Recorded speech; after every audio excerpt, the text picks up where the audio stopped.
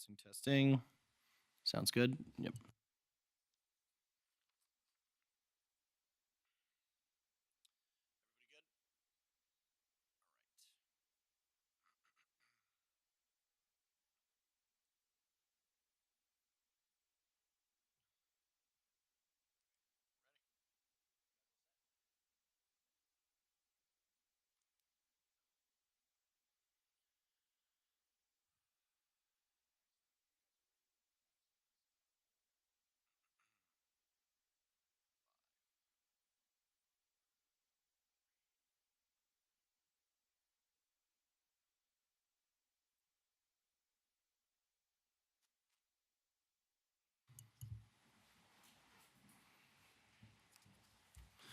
Good afternoon, everyone, and thank you for joining us for today's public safety briefing led by Chief of Operations for the Office of Public Safety, Justin Meyers.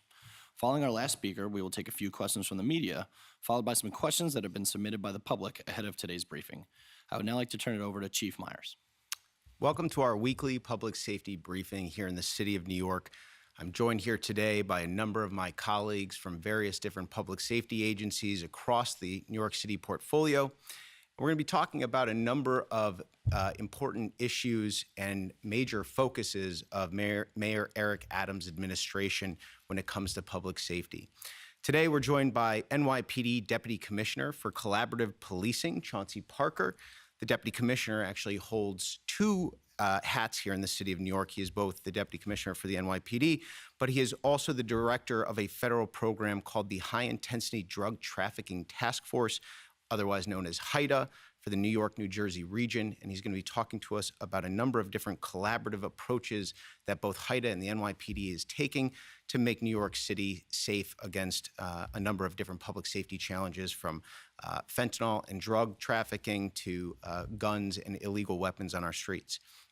We're also joined by the Department of Environmental Protection Deputy Commissioner for Police and Security, John Cosgrove, who will be providing us with a deeper look at the work of the DEP in protecting our water supply here in the city of New York, and give us an inside look at some of the pretty cool, frankly, tools and technologies they're using to make sure that the 10 million folks that live, work, and visit New York City every day have the best drinking water in the country. And then we're joined by our Chief of Transit for the NYPD, Chief Michael Kemper, and Sergeant Patrick Kwan, who are going to be giving us some safety tips and important information for those of us who use the subway system here in the city every day. Before we get into each of those topics, I wanted to give a brief update to the folks who join us every week on crime stats. As I think a lot of people know, oftentimes in the summertime, crime can rise in the city and really across the country. It's the summertime, folks are out more, you can have more incidences. But because of the major focus that the Mayor Eric Adams has on policing and public safety, and the incredible hard work of the men and women of the NYPD, we're actually seeing a significant reduction in crime in most of the index crime categories here in New York throughout this summer. So the NYPD released crime statistics for the month of July yesterday, and overall crime was driven down by 5.7% in July 2023 compared to July 2022. We saw a drop in 5 of the 7 index crime categories in July, including a 35.3% reduction in homicides, a 17.3% drop in rape, and a 13.6% decline in robbery, as well as a 17.6% decline in burglary. So at a time where historically crime rises in the summertime, we're actually seeing a significant decrease year to date compared to last year's numbers. Hate crimes in the city also declined by approximately 8% compared to last year. And felony assaults have essentially remained stagnant with a 0.1% increase. One area that the city and really the nation is struggling with is grand larceny of an automobile. So we've seen an uptick in auto thefts in specific in particular neighborhoods throughout the city. And it's also a target of certain vehicles. So you may have heard of some TikTok challenges that are out there and other social media events that are teaching people how to essentially be able to, with relative ease, steal certain models of Kias and Hyundais. And the NYPD, as well as the mayor, have taken a very significant approach at building a comprehensive, multi-pronged approach to education, because the first and biggest thing to deter auto crime is educating folks, right? Most crime, when it comes to grand larceny of an auto, is going to be a crime of opportunity. So people leaving their keys in their vehicles, people leaving their vehicles running, that's going to give a would-be car thief an easy opportunity to steal that car. And so we're rolling out a comprehensive approach to addressing that challenge that we're seeing here in the city. And I think we're pretty cautiously optimistic that we'll start to see a decline in that effort, in those numbers, given those efforts over the coming months. In the city's subways, major crime has decreased 9.9%. In July, reflecting the NYPD and Chief Kemper and his team's ongoing work to improve the overall public safety landscape and to enhance the vital operation of the city's public transit system. And we'll come back for a little bit more detail on the work we're doing down in the subway in a little bit with Chief Kemper. But it's clear that we're moving in the right direction and continuing to move in the right direction. Mayor Eric Adams, when he was elected last year, made a firm commitment to the city of New York that public safety was going to be first and foremost. We have seen significant movement in that front, and I think July's crime stat numbers here in the city of New York really reflect that, and reflect the fact that the city is not only moving in the right direction, but that it maintains its status as the safest large city in America. So the first person that we have joining us here today, as I mentioned before, is NYPD Deputy Commissioner Chauncey Parker. I mentioned before he holds two roles here in this city. He is both the Deputy Commissioner for Collaborative Policing in the NYPD, which is a really important role that is about fostering relationships, both in terms of law enforcement, community relationships, and all stakeholders here in the city of New York. Because at the end of the day, to really move the needle significantly on some of the public safety challenges of our time, we need to be working together. It has to be a partnership. All stakeholders have to come to the table. And Deputy Commissioner Parker really leads that effort from the NYPD perspective. He also holds an additional role as the director of HIDTA, the high-intensity drug trafficking area of New York and New Jersey. So it's a federal program that focuses in New York and New Jersey and pulls together federal and local law enforcement partners into one area, one office space where we can be working together on major trafficking issues that we're seeing in our region. So HIDTA is a federally funded program that was created to invest in public safety and public health partnerships. And it was designed to reduce drug abuse and its consequences. And Director Parker has been able to build off of that core mission and really implement some innovative ways to leverage those relationships and the HIDTA program to address a number of different public safety challenges that the city and the region is facing, including gun crime. So the group now also does a lot of great work on that front in the New York City metro area, which is, of course, a top priority for the mayor.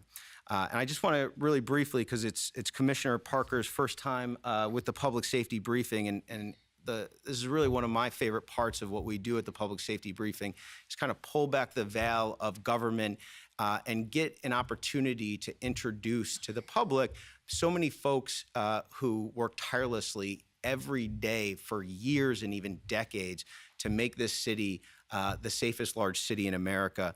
Commissioner Parker has a 35-year career in criminal justice. He served as a prosecutor in the Manhattan District Attorney's Office and as a federal prosecutor for the U.S. Attorney's Office for the Southern District of New York. He was also formerly the Director of Criminal Justice for the state of New York, where he oversaw all state criminal justice agencies. And of course, now he is the Deputy Police Commissioner for the NYPD. So Commissioner Parker is uniquely qualified to oversee the two areas that he does, both at the NYPD and HIDTA. And I'm really excited to give him an opportunity to share with us a little bit more detail about the work you're doing at HIDTA and how important it is to the impact on public safety here in the city. Well, thank you so much, Justin. My work at HIDTA and my work with the NYPD are both based on the same, really the mayor's vision of the importance of partnership, of however, we have to get everybody from all corners of government, all corners of the community to work together to achieve a common North Star. And HIDA, as you said, HIDA is a federal grant. It invests in law enforcement partnerships to build safe and healthy communities. Those are the North Stars for that program. And everything we do in that program, at the center of it is the NYPD and all our law enforcement partners.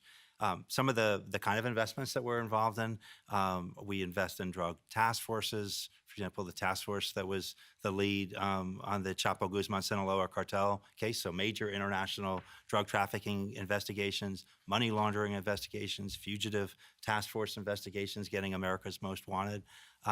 We also invest in a partnership with public health and 20 other partners as part of a city initiative called RxStat.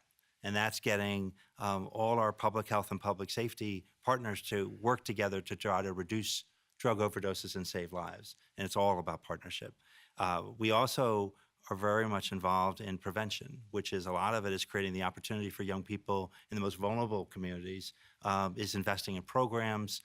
We've invested asset forfeiture money that we take from drug dealers that cause so much harm in the community, is then investing that into the community. So with that funding, we've been able to renovate 15 basketball courts in public housing over the last couple of years. We're building an indoor baseball center. We are a big investor in the Saturday Night Lights program, which the mayor has.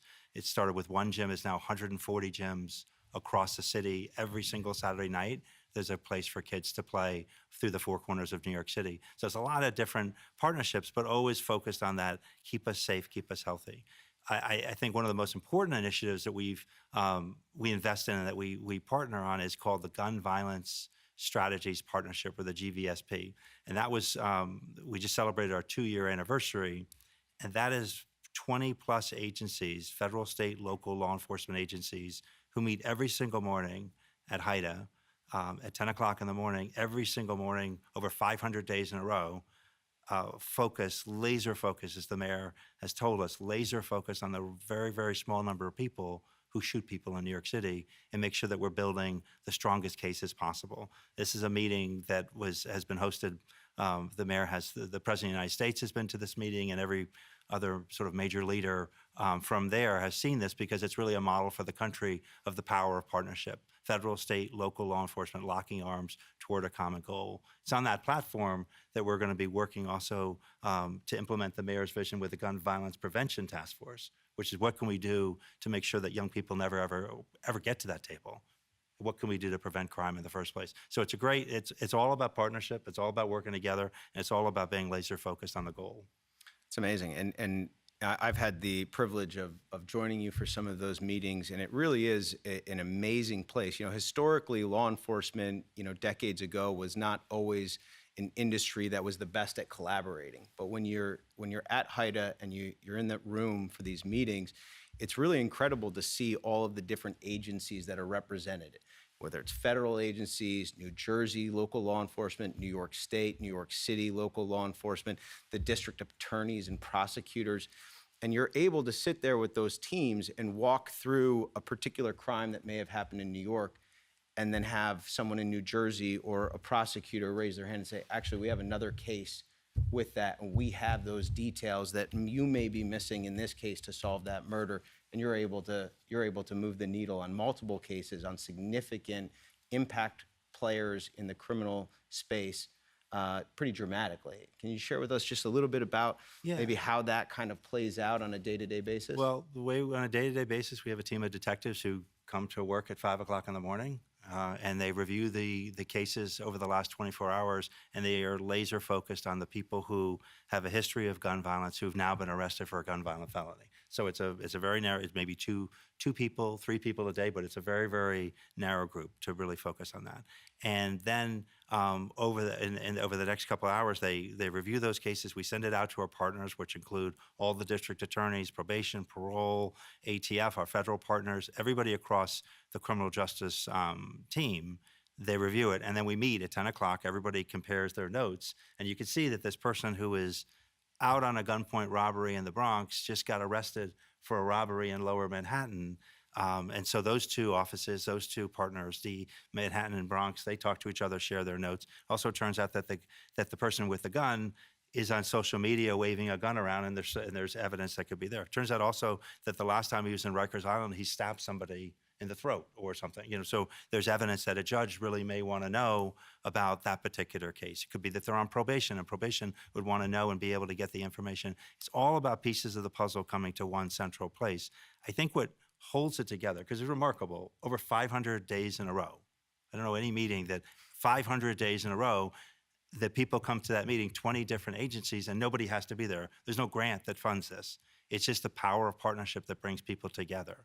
But I think it's also the power of the mayor's vision when he sets a North Star, as he did when he took office. And he didn't say, let's reduce gun violence. The mayor said, we're going to end gun violence. There's nothing natural or inevitable about gun violence. Is we're going to end gun violence. That's a North Star. Wherever you are in law enforcement, you share that North Star if you can just create the platform to bring people together. And I think that model is what he's doing in all sorts of other areas of city government, having people see that they share that North Star and the power of working together, how much stronger we are when we work side by side.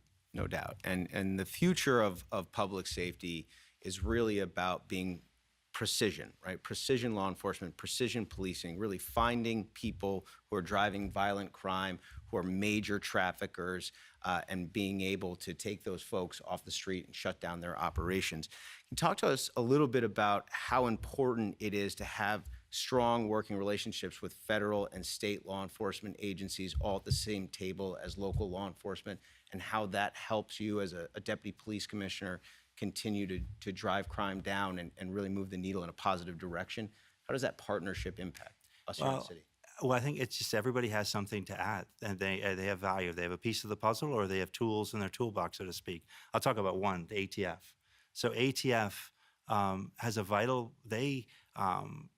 with guns, we want to trace the gun to figure out where the gun, an illegal gun, came from. How was it a long time to crime? In other words, when was it purchased and when did it get to the streets of New York? We're particularly focused on short times to crime. If someone bought the gun a relatively short period of time, was it part of a multiple sale? So they're a partner that has that kind of information about the trace. I think in particular what ATF has, as an example of just one federal agency, is what is called NIBIN information, is that when somebody shoots a semi-automatic, when they shoot a gun, the ballistics from that gun are as unique as a fingerprint, as unique as DNA. And the ballistics from that spent shell casing that ends up at a crime scene, if you could find the gun, you can match the ballistics to that particular gun. So now fast forward that we have a case this morning where somebody gets arrested with a gun. Turns out that gun, their spent shell casing, there were 6 other shootings that gun was involved in. Because we know this because we have the gun we have the spent shell casings from 6 other shootings over the last year. And now we have the gun that the person that gets caught with. The lab tests it and the spent shell casing comes out. They test the ballistics from that to the spent shell casing. You know that's not just any gun. That's a gun that's connected to 6 shootings, and this person had that gun. It's like DNA and how vital it is for investigating and solving sexual assaults. And it's just a vital, vital tool. But that federal agency partner sits at the table every day, actually works side by side in the NYPD's Intelligence Center day and night. So that's just one example. Yeah, excellent. Thank you so much for being here, Commissioner. I really appreciate it, and thank you for your service to this city. As I said it before, 35 years of service to the city and to the state of New York. You're someone who is truly a legend in the public safety space, has an unbelievable reputation, and have done so much for the city and the state of New York over the course of your career. And I just wanted to say thank you for being here today. Thank you. So next up, we have our Deputy Commissioner for Police and Security for the DEP Police. That's the Department of Environmental Protection. John Cosgrove is the Deputy Commissioner. Commissioner Cosgrove is also a former Deputy Chief with the NYPD, and he's now tasked with working with the Environmental Protection Office. The Environmental Protection Agency oversees and protects New York City's water supply. And I think it's a really interesting thing, when we were talking about, who to have on to the briefing today and talk about, the DEP or water supply may not be on the forefront of everyone's mind when it comes to public safety. But the reality is that clean water supply in a city like ours, particularly where our water supply comes from specific areas The safety and security of those water supplies is absolutely critical, right? There's no room for error. We have to have clean drinking water. We have to have water supply for 10 million plus people on a daily basis. So it's an enormous operation. And it actually takes place mostly outside of the city, in lands that the city owns in upstate New York, where we generate our water supply and bring it down here to the city.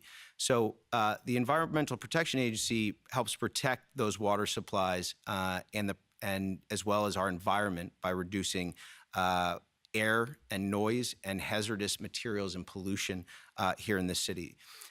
Many of us take for granted that we have the safest, best tasting drinking water in the country, but there's a whole lot that goes on behind the scenes to make sure that when we turn on our taps here in the city of New York, we're getting high quality drinking water.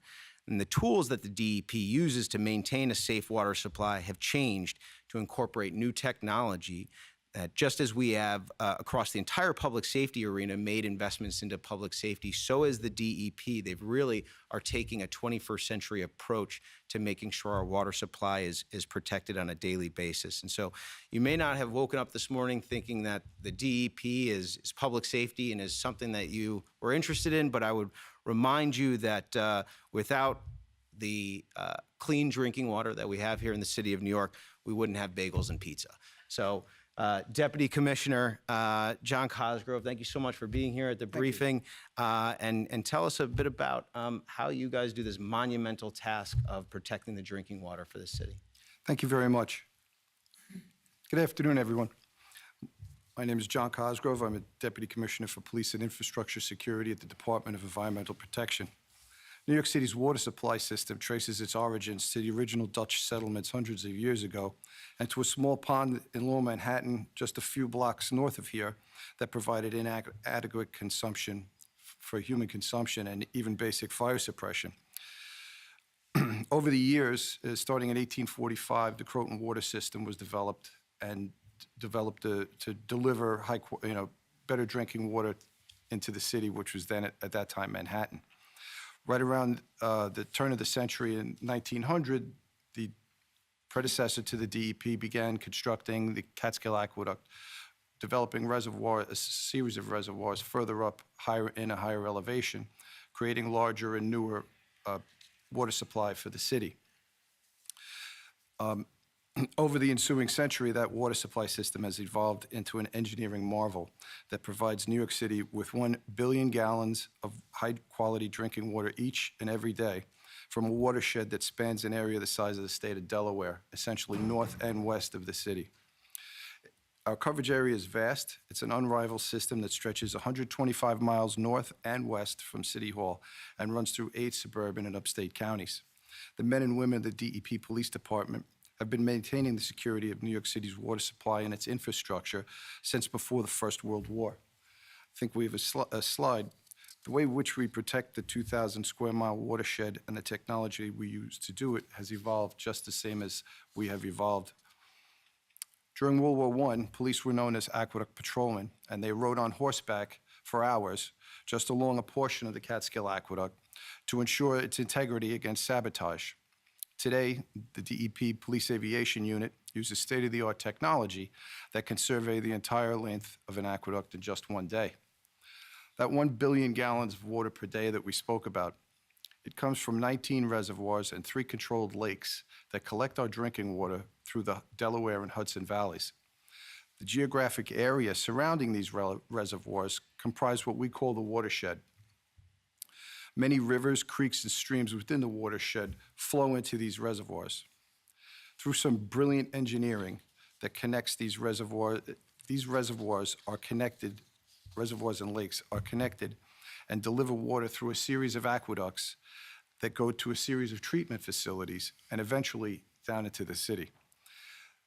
At these treatment facilities, the water is tested, treated, retested, stored, and eventually distributed throughout the city. We do this using multiple redundant control centers, which not only facilitate the efficient delivery of the world's finest drinking water, but we also ensure a reliant system for continuity of operations and our operational technology for generations to come. The DEP utilizes a robust combination of operation, laboratory, and information technology to ensure the safety and quality of New York City's drinking waters from the reservoirs to your faucet.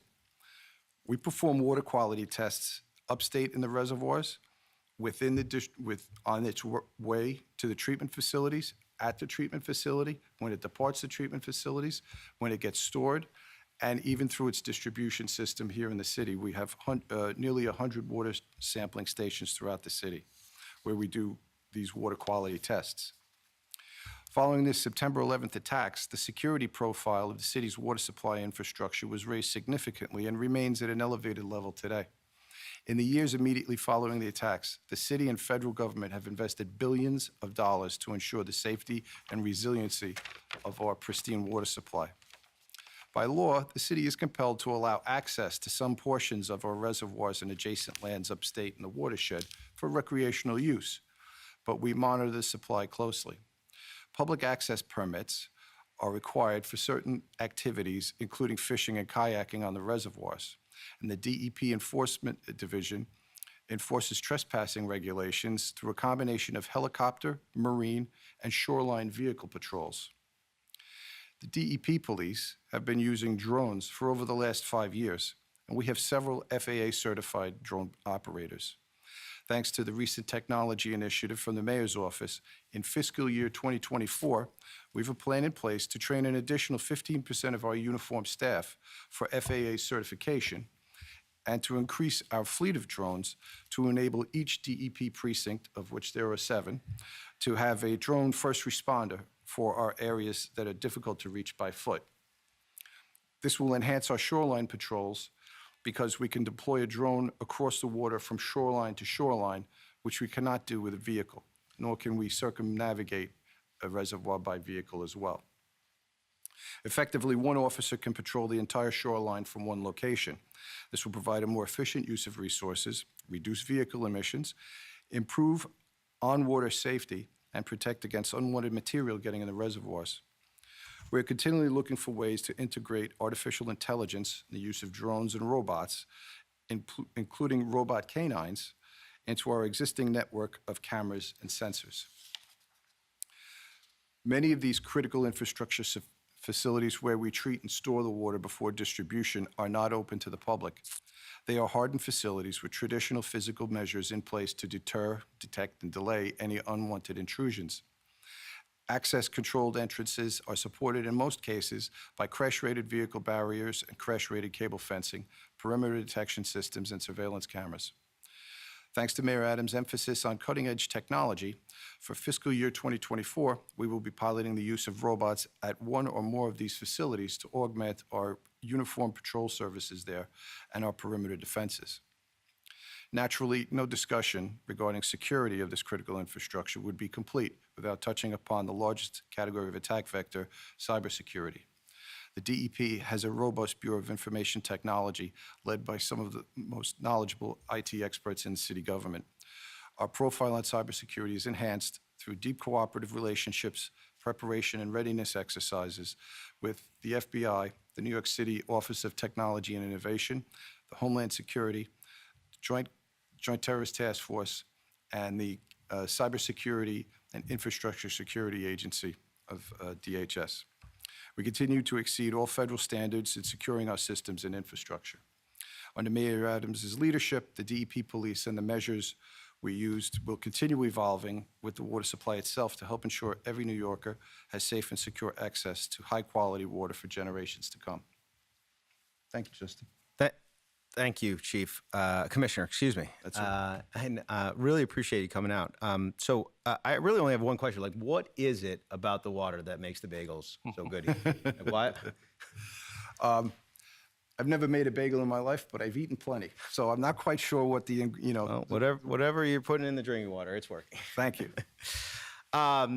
So finally today, I'm joined by the NYPD's Chief of Transit, Chief Michael Kemper, and Sergeant Patrick Kwan, who are here to talk about subway safety.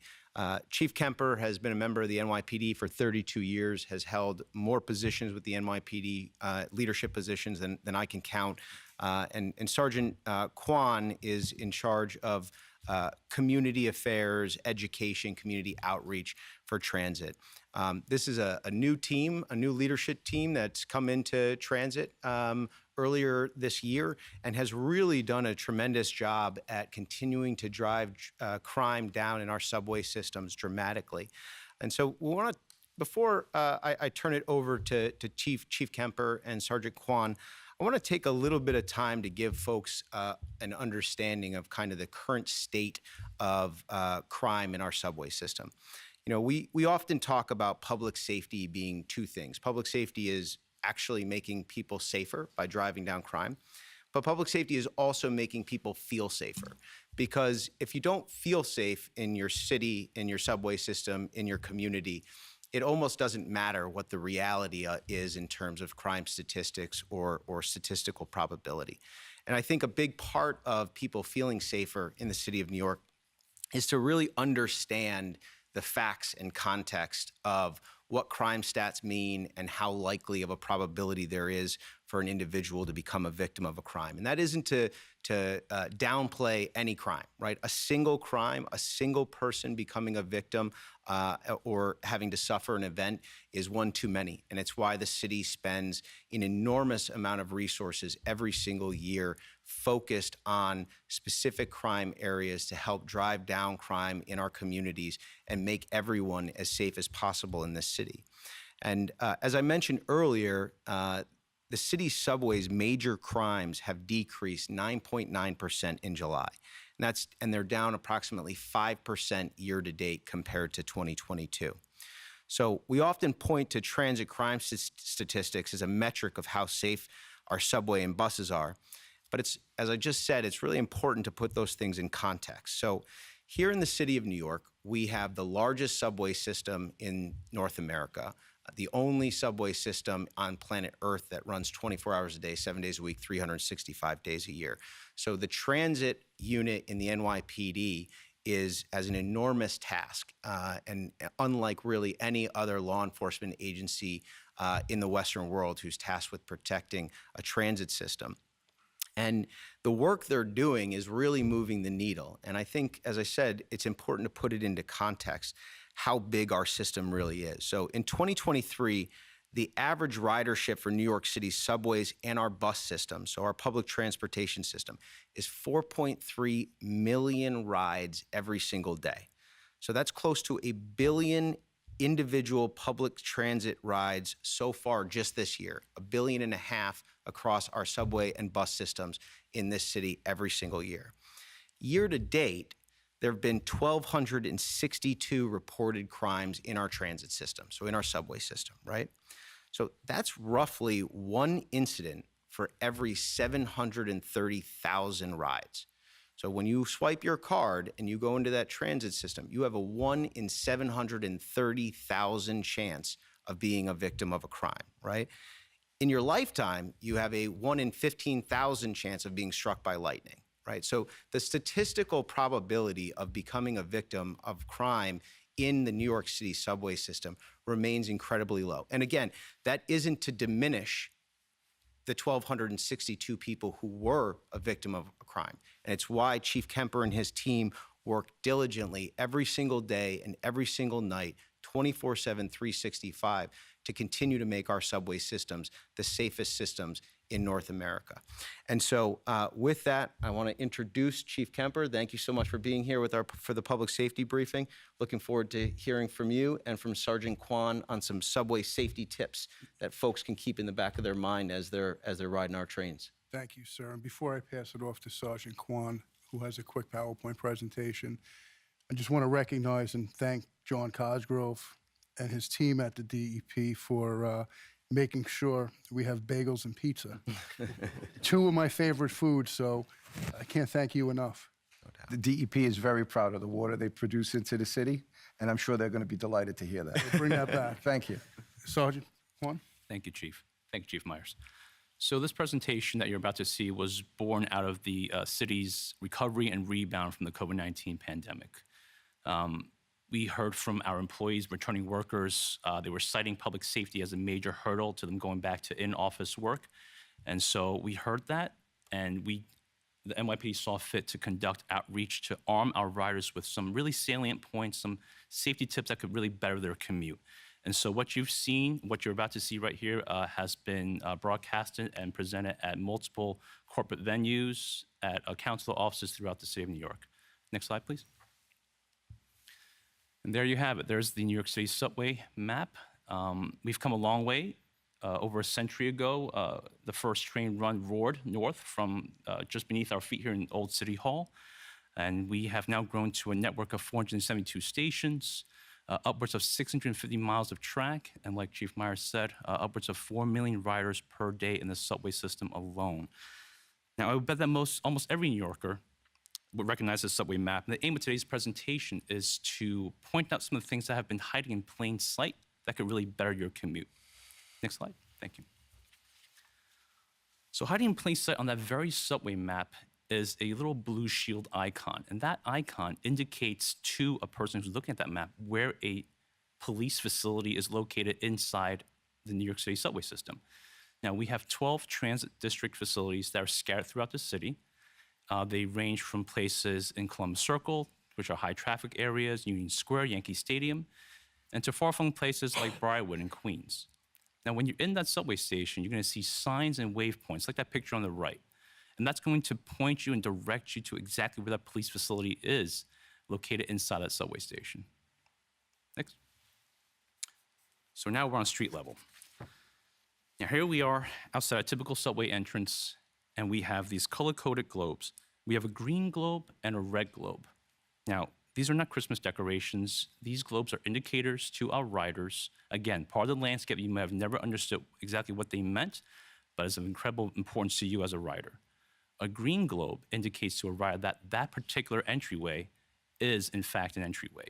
When you make your way down the steps in that particular picture right here that you're looking at, you're going to encounter a station agent inside a booth clerk, or a MetroCard vending machine, or turnstiles, or one of those revolving entrances. If you make your way down that staircase with a red globe, you're going to encounter a non-entry gate. You're only going to see an emergency exit gate that can be only opened from the inside out. So again, green means go, red means go. Moving on to booth numbers. Now, booth numbers, again, part of the landscape, incredibly valuable to us in the first responder community. Whenever there is a call for police, fire, and EMS, we are dispatched to the station and zeroed in via the booth number. Now, by no means are we asking New Yorkers to memorize every single booth number and commit it to memory. But let's just say you are in your commute and you come across a person in need of a medical assistance, and you're in Penn Station, a huge subway complex with multiple entrances and exits and booths. If you can just provide that booth number to the 911 operator, that will really help us zero in exactly where we need those services. Okay.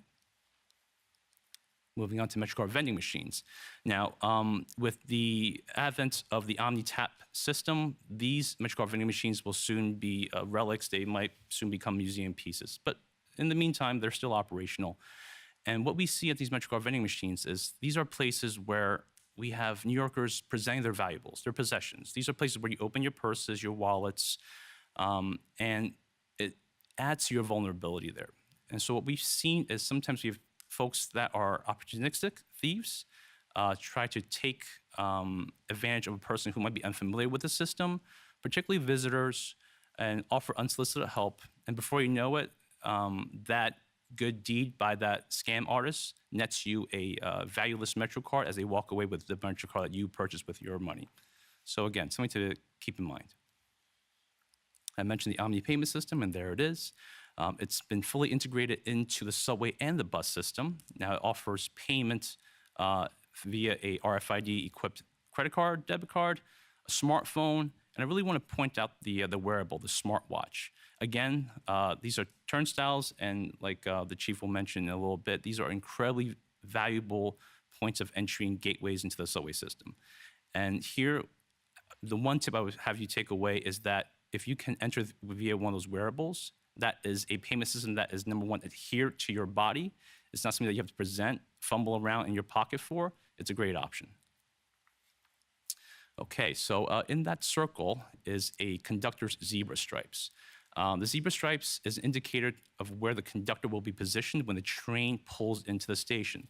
So for a commuter that feels a bit more comfortable riding in the train car with the conductor, that's a great place to position yourself. Additionally, it's also the place where most of our police officers deployed along the platform. They typically deploy at that conductor station to liaise with the conductor, so it's a great place to find a police officer should you need one. Let's talk about connectivity. The MTA has invested heavily in these recent years in standing up Wi-Fi and cell service within our subway system. So if there's ever a need for police service, if there's ever a need for any type of police service, do call us. We hear this a lot. People, they hesitate to see whether they should call 911. They don't know if this particular thing that they're observing merits police services or fire services. Just call us anyway. Let our 911 operators triage exactly what you're seeing so we can get there and respond. Same for text 911. It's a great way to notify us surreptitiously just through a text without actually getting on the phone. A continuation of the connectivity, we have on the picture on the left, a station help point, and on the picture on the right, a on-train intercom. These are great ways to get in touch with MTA staff and MTA crew. If you depress any of those buttons, you will get either a person at the rail control center, where we have fire and police officers standing by 24/7. And the picture on the right, the on-train intercom, will connect you with the on-train conductor. Great tools. I want to point out two things. We get asked this a lot. Is there a particular part of the train car that is safer, less safe? I just want to take a look at this photo right here. We have a person that is buried in their phone, headphones on, full audio immersion. Now, listen, I enjoy my movies and my podcast as much as the next person, but a lot can be said about just being aware of your surroundings. And so I know the noise cancellation options on your AirPods is a great way to drown out the world. But maybe just dial it down a little bit, be aware of your surroundings. I don't think this person realized there was a police officer and a 70-pound police dog next to him for about 15 minutes until he looked up. Next. Okay, we're gonna end with this. Dropped items. Now, we've sadly seen tragedy strike with people jumping onto the track bed to retrieve dropped items. I would say 99% of the stuff, we will come out and get it for you. We will retrieve it. There's an MTA team that is on call 24/7, and they will come out to pick whatever you dropped. Now, if it's a slice of pepperoni, leave that to the pizza rats and just cut your losses there. But if it's anything else, like a cell phone or an AirPod, we'll be there in 15, 30 minutes tops. Again, just a little bit of time. I know New Yorkers want to be on the go, but it's not worth your life. I want to leave with this. Now, I know the chief is going to touch upon this as well, and Chief Meyers touched upon this as well earlier. The investment by this administration in subway safety is unprecedented. I have about 10 years within the Transit Bureau, and I've never seen such commitment to the safety of the mass transit network. And I thank you for your time, sir. Thank you. Chief Kemper. Yep, if I may, just, right to that, the commitment to public safety in the subway system. Look, it's been said before. We say it all the time. It's the truth. Mayor Adams and his entire administration has been crystal clear from before the day he was sworn in. Public safety was going to be his top priority. And public safety in the subway system, it certainly includes public safety in the subway system. When looking back last year in 2022, the first 10 months of the year, we were spiking in crime, a little over 40% in the subway system. And people were concerned, and rightfully so, as were we. And that's when the mayor, working alongside with our state partners, came up with the Cops Camera and Care program. Tremendous investment into public safety in the subway system. Between the subway safety plan, the Cops Cameras Care program, which was launched in October of 2022.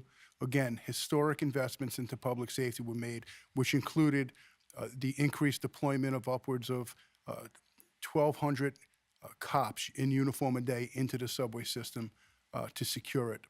And those investments, and to be quite frank, the hard work of the men and women of the NYPD, our cops, really, really paid dividends because crime not only stabilized, but crime began reducing and going down steadily since. So from where we were in the first 10 months of 2022, up 40%, Right now for the year, we're down 5.1% in crime in the subway system, 9.9% alone in July versus last July.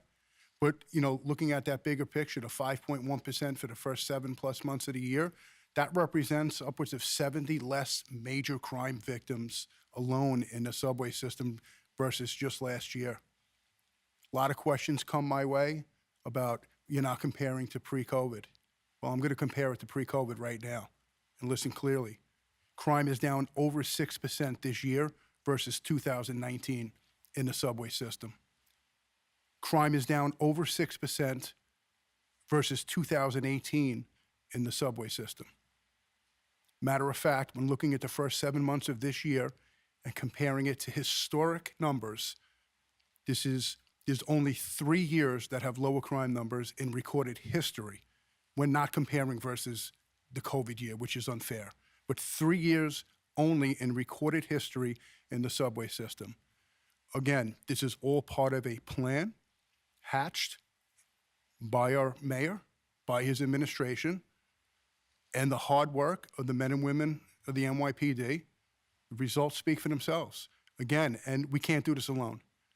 Certainly our partners at the MTA, and certainly our ridership, so supportive. They deserve to take a journey in the subway system, not only without being afraid of becoming a crime victim, but free from fear also. And that's what we work very, very, very hard on.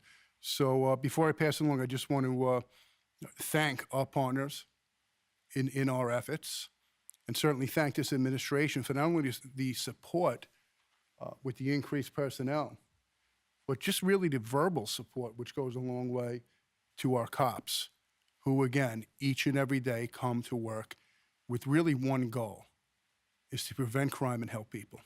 Thank you. Thank you, Chief Kemper, and thank you to the entire NYPD Transit Bureau. It is a difficult and challenging job to be in NYPD Transit. And certainly when we came into office last year, when Mayor Eric Adams took office in January of last year, the transit system was in a difficult position.